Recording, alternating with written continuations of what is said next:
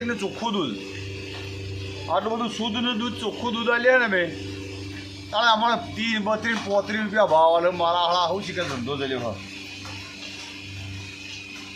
કોઈ દિવસ કહેવાનું નહીં આ બકરીઓ તો પાળાઈએ પા દૂધ હોય એ બચાવો તો સારું હજુ આ ચોખ્ખું દૂધ ડેરીમાં પકડીએ અમે તારા 35 રૂપિયા ભાવ આલે એ પાછું કે તમારા 3 ફેટથી પેલા 3 ને પહોંચીને આચારો કે નોન ફેટ અને 3 ફેટથી તો અમારું દૂધ મફત લઈ લેવાનું, 1 રૂપિયો નહીં હાલવાનું. આ બધી મજૂરીના પૈસામાં નહીં લેવાના. કોઈ દિવસ કશું કે વાળું દઈ જવાનું, જાતે ફાવવા નિર્ણય લેવાના, જાતે કરવાનું અને ભાષણો મોટો કરવાનો.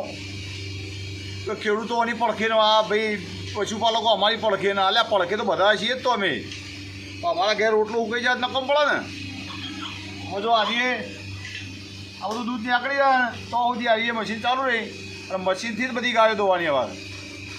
એટલે હવે નવડી કારી મજૂરી છે.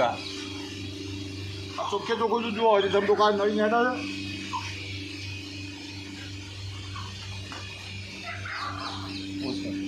છે. હવે જો એ આ દૂધ નીકળી 10 લીટર દૂધ નીકળી બરાબર. હવે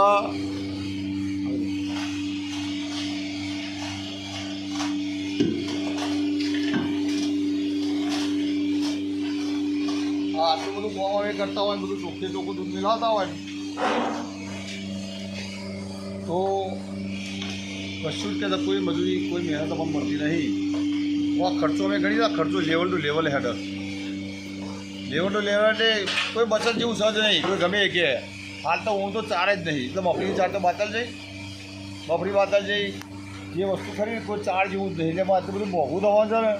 અને આ ભાઈને તો 1.5 પૂણા 2 વર્ષથી જૂનો ભાવ નહીં વધે નહીં ઊંચા કોણ કરતા અમુક ચૂંટણીમાં પડ્યા. એક બાજુ પૈસું બોલો કે અમારા અડખે એટલે આ ફરખે જ છીએ ભાઈ પણ તમે દૂધનો ભાવ વધારો ને તમારે તો પત્તર ઠોકાઈ જેલી જ છે.